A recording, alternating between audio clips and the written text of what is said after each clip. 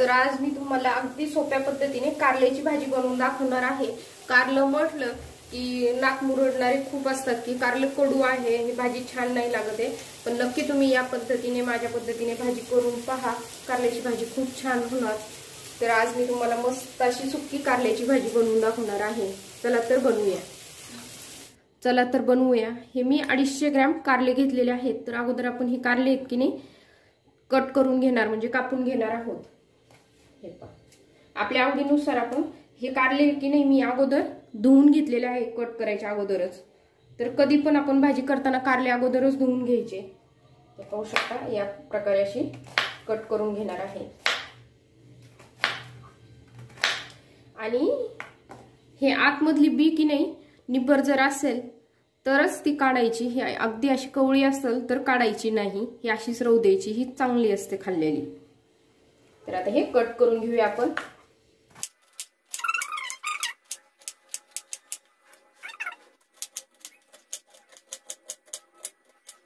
कारले सगळे चिरून झालेले आहेत। लगेच आपण अगोदर कारले शिजवून घेणार आणि नंतर मग सुकी भाजी बनवणार।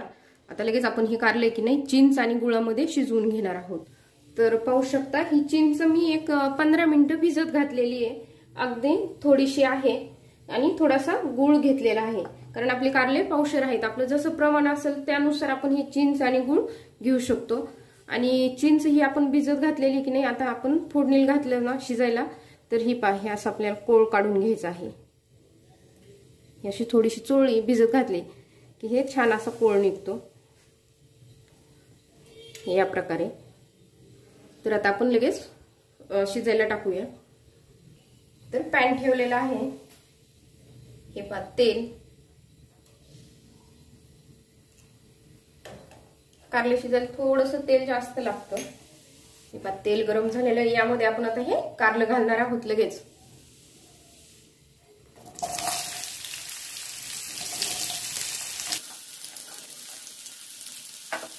आपण कारलं घातलेलं आहे, अगदी 2 मिनिटं आपण हे कारले की नाही तेलामध्ये चांगलं परतून घेणार आहोत।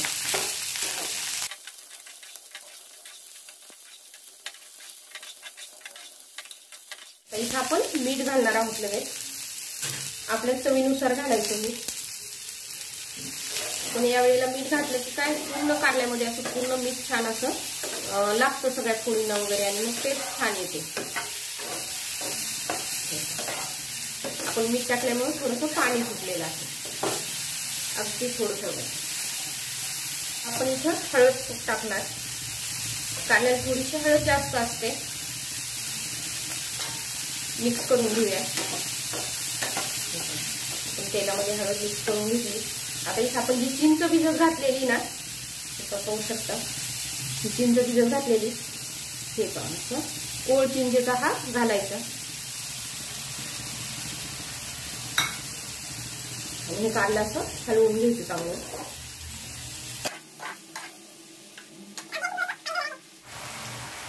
तीच चिंच राहिलेली धुवून घातलं आहे, आणि आपण हा गूळ घेतलेला हा पण घालायचा, हे मिक्स करून घ्यायचं।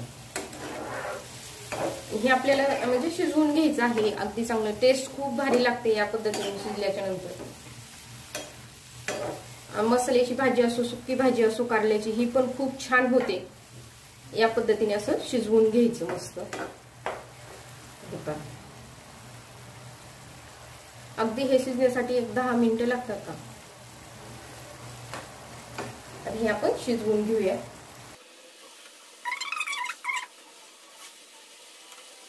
पाहू शकता तुम्ही आपलं पाणी पूर्ण आपलं कारलं असं शिजत आलेलं आहे। अगदी असं थोडंसं पाणी राहिलं काय करायचं, गॅस कमी करायचा आणि 2 मिनिटाची वाफ घ्यायची। तर इथं आता मी गॅस कमी केलेला आहे आणि अगदी 2 मिनिटाची वाफ घेत आहे। तर हे पहा आपण 2 मिनिटाची वाफ घेतलेली आहे। आता फुल गॅस करायचा आणि हलवून घ्यायचं असं। हे पहा आता तुम्हाला दिसत असेल तेल सुटायला लागलेलं आहे, नाही का कारलं पण शिजलेलं आहे।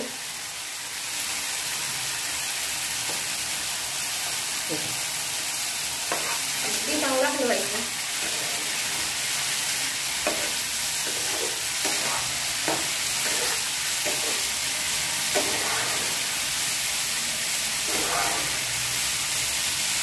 तेल वेगळं व्हायला लागलेलं आहे. खूप छान असं आपलं हे कारलं तर शिजलेलं आहे.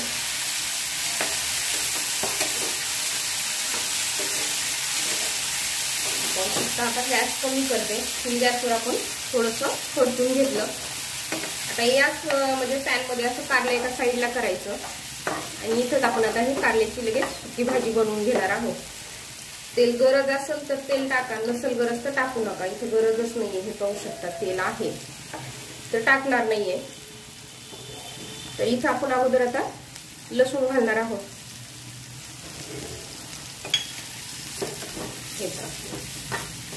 अगदी हा लसूण आपण चांगला फ्राय करून घेणार आहोत. लसूण फ्राय होत आहे. लगेच थोडस लाल तिखट,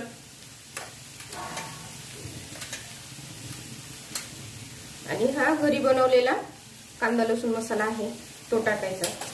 आणि हळद आपण शिजतानाच घातलेली आहे त्याच्यामुळे हळद घालायची नाही. आणि आता हे मस्त मिक्स करून घ्यायचं.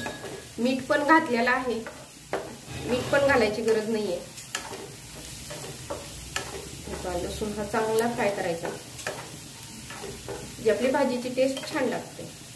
आणि हे अगदी चिंच आणि गुळामध्ये शिजलेले जे कारलं असतं ना, ते पण बाजरीच्या भाकरी बरोबर, ज्वारीच्या भाकरी बरोबर अप्रतिम लागतं. तुम्ही नक्की करून पहा या. आम्ही तर हे असं शिजलेलंच खातो वरण भाताबरोबर. तर हे पाहता, हे आपण यामध्ये कारलं मिक्स करून घेणार.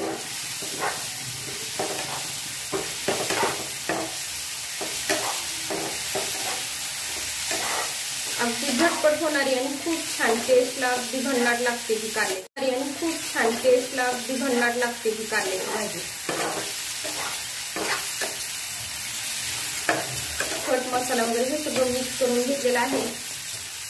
आणि कारलं शिजलेलं आहे त्यामुळे गॅस अगदी कमी आहे. इथं आपण हे पहा शेंगदाण्याचं कूट घालणार आहोत. तुमच्या आवडीनुसार, तुम्ही जर तिळाचं कूट आवडत असेल किंवा मग कांदा आणि खोबऱ्याचं वाटण असेल ते घातलं तरी पण चालतं. तर आता आपण हे मिक्स करून घेणार आहोत.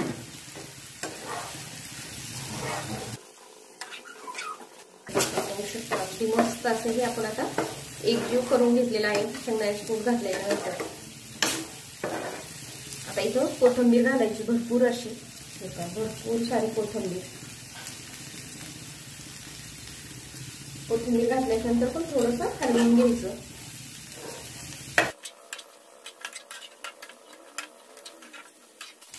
आपली कारल्याची सुकी भाजी झालेली आहे अगदी झटपट. तुम्ही पाहू शकता किती मस्त अशी आपली ही कारल्याची भाजी झालेली आहे. तुम्हाला अगदी जवळून दाखवते, पाहू शकता खूप मस्त अशी होते. तर ही कारल्याची भाजी आता मी प्लेटमध्ये काढून घेते. आपण प्लेटमध्ये काढून घेऊया. हे पहा, आपण प्लेटमध्ये ही कारल्याची भाजी काढून घेत आहोत. अगदी मस्त.